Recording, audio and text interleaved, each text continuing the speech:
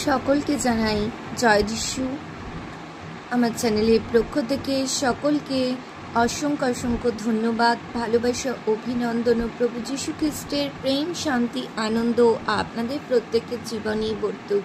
এই পবিত্র শুক্রবার অর্থাৎ গুড ফ্রাইডেতে সকলকে অসংখ্য ভালোবাসা এবং প্রভু যীশু আপনাদের প্রত্যেকের জীবনকে অনেক আশীর্বাদ করুক, অনেক ভালোবাসা দিক। প্রভু যীশুর ভালোবাসা আপনাদের প্রত্যেকের জীবনেই বর্তুক। আজকে পবিত্র গুড ফ্রাইডে। আমরা সবাই জানি গুড মানে ভালো এবং ফ্রাইডে মানে শুক্রবার, অর্থাৎ ভালো শুক্রবার। এই গুড ফ্রাইডে কি প্রত্যেকের কাছেই একটা ভালো শুক্রবার, নাকি শুধু যারা প্রভু যীশু খ্রিস্টের অনুগামী তাদের কাছে ভালো শুক্রবার?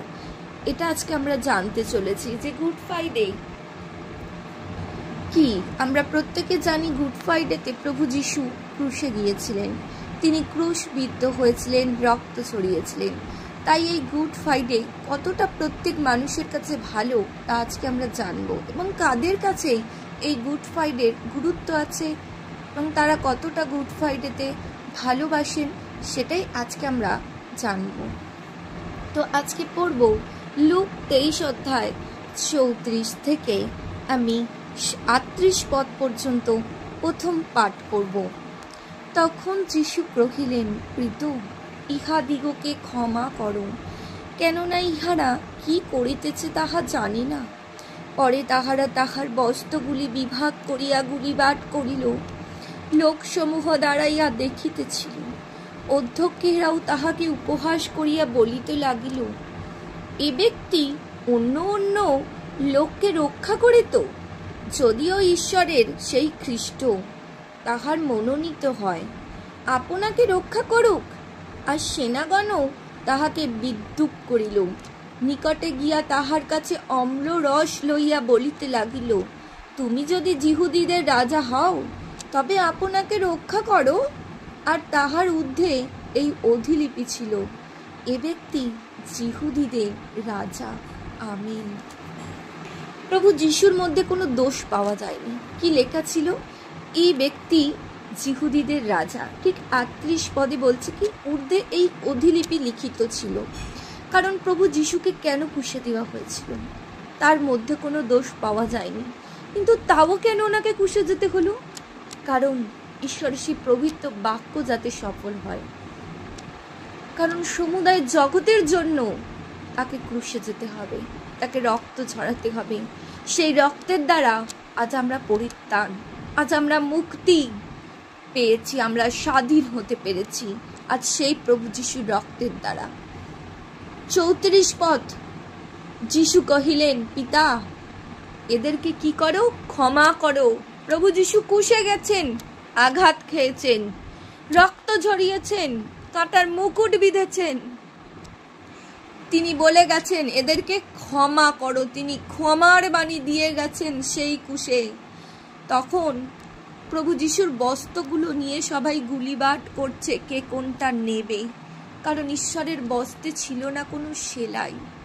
ঈশ্বরের বস্ত্র কত সুন্দর ছিল, আর সেই বস্ত্রটাকে নিয়ে সবাই কাড়াকাড়ি করছে কে কোনটা নেবে, চিন্তা করছে, এবং তার সঙ্গে সঙ্গে ঈশ্বরকে উপহাস করছে যে ব্যক্তি খ্রিস্ট, ঈশ্বরের খ্রিস্ট, এ যিহুদীদের রাজা, এ নিজেকে রক্ষা করুক। তারা জানে না আজ সেই সমস্ত মানুষদের কাছে গুড ফ্রাইডের কোনো গুরুত্ব নেই। যে ভালো শুক্রবার, ভালো শুক্রবার তাদের কাছে গুরুত্ব যারা ঈশ্বরের সেই রক্ত কুশ, যারা পরিত্রাণ পেয়েছে, সেই সমস্ত মানুষের কাছে আজকে গুড ফ্রাইডের গুরুত্ব আছে। কারণ এখানে প্রভু যিশুর বাক্য সেটাই বলছে। 39 পদে আমরা দেখব, আর যে দুই দুষ্কর্মকারীকে ক্রুশে টাঙ্গানো গিয়াছিল তাহাদের মধ্যে একজন তাহাকে নিন্দা করিয়া বলিতে লাগিল, তুমি নাকি সেই খ্রিস্ট? আপনাকে ও আমাদিগকে রক্ষা করো। কিন্তু অন্যজন উত্তর দিয়া তাহাকে অনুযোগ করিয়া কহিল, তুমি কি ঈশ্বরকেও ভয় করো না? তুমি তো একই দণ্ড পাইতেছ, আর আমরা ন্যায়সঙ্গত দণ্ড পাইতেছি, কারণ যাহা যাহা করিয়াছি তাহারই সমুচিত ফল পাইতেছি। কিন্তু ইনি অপকার্য কিছুই করেন নাই।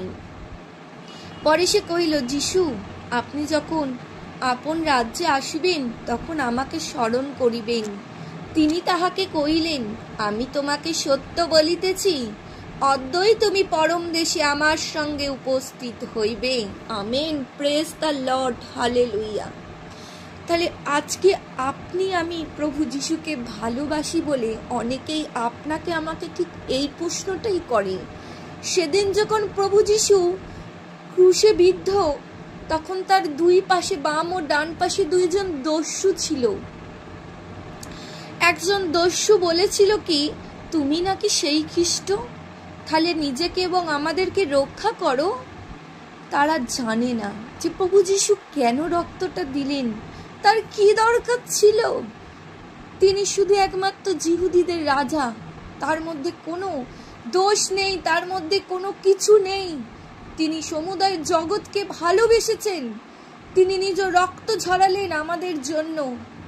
আর সেই মানুষকেই আমরা বলছি, কি দরকার ছিল? প্রভু যিশু যদি ঈশ্বরই হতো তাহলে তো সে নিজেকে রক্ষা করতে পারত।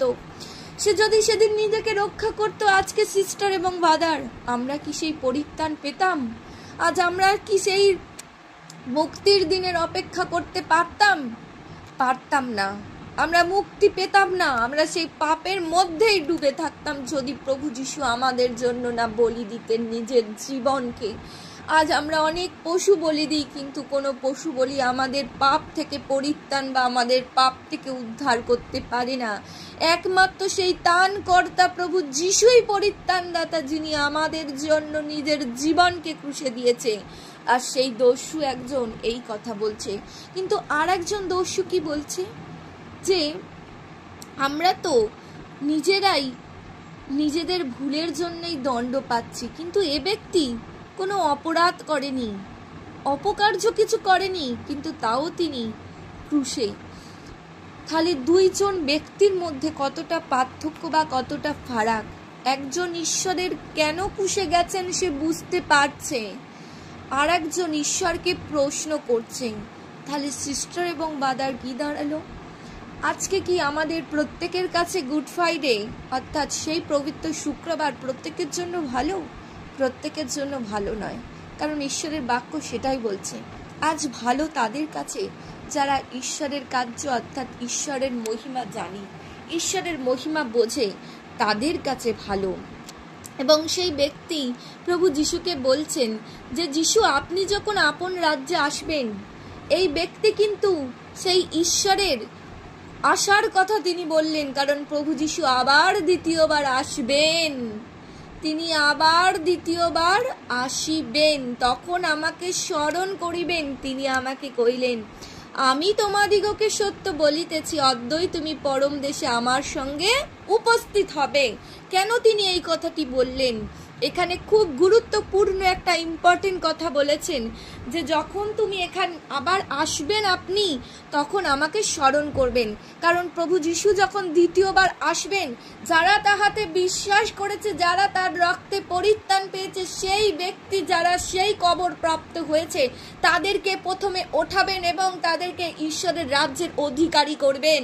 Hallelujah, praise the lord. সেই ক্রুশে এই দস্যু এই কথাটি বলেছিলেন। তিনি দস্যু কারণ তিনি পাপীদের জন্য ক্রুশে গেছেন, তিনি পাপীদের জন্য ক্রুশ বিদ্ধ হয়েছিলেন। আজকের এই বাক্যর মাধ্যম দিয়ে আমরা জানতে পারলাম যে ঈশ্বর আসবে এবং আমাদের পরম দেশে নিয়ে যাবে। সেই পরম দেশে অধিকারের জন্য আমাদের অবশ্যই প্রভু যীশু খ্রিস্টের বিশ্বাস হওয়া দরকার, পরিত্রাণ পাওয়া দরকার, কারণ প্রভু যীশু ছিলেন একজন পবিত্রময় সর্বশক্তিমানময় ঈশ্বর। আর এই বাক্য সেই দস্যুর মাধ্যম দিয়ে প্রকাশিত হলো, কারণ তিনি তার পাপকে দেখেননি। তিনি যে কথাটি স্বীকার করলেন, তিনি সেই দস্যু নিজে মুখ দিয়ে স্বীকার করলো যে সে ভুল কাজ করেছিল। তাই প্রভু যীশু বলছেন, যে মুখ দিয়ে স্বীকার করে যে আমি পাপ করেছি, আমার পাপের জন্য প্রভু নিজে ক্রুশে গেছে, সে পরিত্রাণ পাবে। Hallelujah, praise the lord, hallelujah, thank you Jesus father. মহান পরমেশ্বরের গৌরব হোক। আমরা এবার পড়ব ঠিক 1 করিন্থীয় 12 অধ্যায়ের 3 পদ আমরা পড়ব। 3 পদ বলছে, এই জন্য আমি তোমাদিগকে জানাইতেছি যে ঈশ্বরের আত্মায় কথা কহিলে কেহ বলে না যিশু শাপগ্রস্ত, এবং পবিত্র আত্মার আবেশে ব্যতি রেখে কেহ বলিতে পারে না যিশু প্রভু। আমেন। কেহ বলতে পারে না যে ঈশ্বরের আত্মায় কথা কইলে কেউ বলতে পারবে না যে প্রভু যিশু শাপগ্রস্ত, যে পবিত্র আত্মার আবেশ ব্যতি রেখে কেহ বলিতে পারে না যিশু প্রভু। কারণ আমাদের অন্তরে যারা প্রভুতে বিশ্বাস করে তাদের মধ্যে পবিত্র আত্মা কথা বলে, তাই আমরা স্বীকার করতে পারি, আমরা বুঝতে পারি আমাদের নিজেদের ভুলগুলো, আমাদের নিজেদের করা ভুল, আমরা সেই আমাদের করা পাপের জন্য প্রভু যিশু নিজেকে কুশে দিয়েছেন। তাই এবার আমরা পড়ব 1 করিন্থীয় 1:18 পদ কি বলছে, কারণ সেই কুশের কথা যাহারা বিনাশ পাইতেছে তাহাদের কাছে মূর্খতা, কিন্তু পরিত্রাণ পাইতেছি যে আমরা আমাদের কাছে তাহা ঈশ্বরের পরাক্রম স্বরূপ।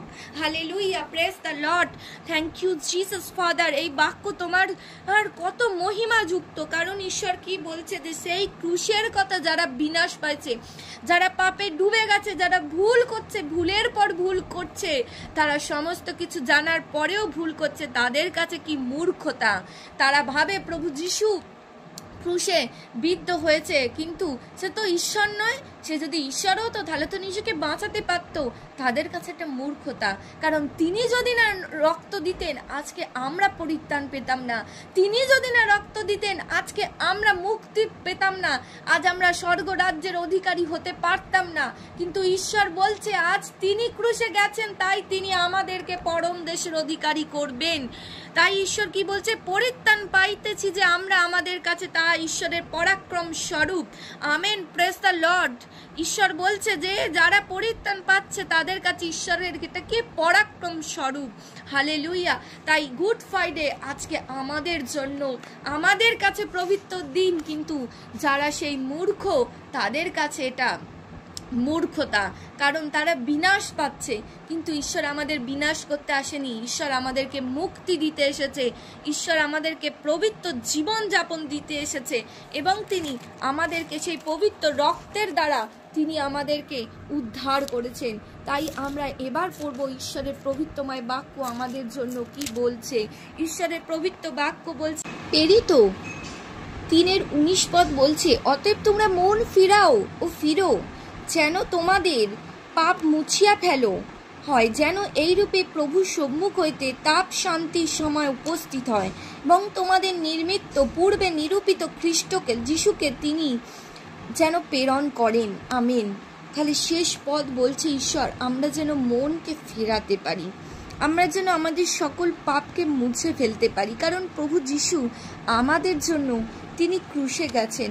আজ এই প্রচার, আজ এই বার্তা প্রভু যিশু আমাদেরকে ক্ষমা দিয়েছেন, সেই বার্তা যেন আমরা প্রত্যেকের কাছে পৌঁছে দিতে পারি।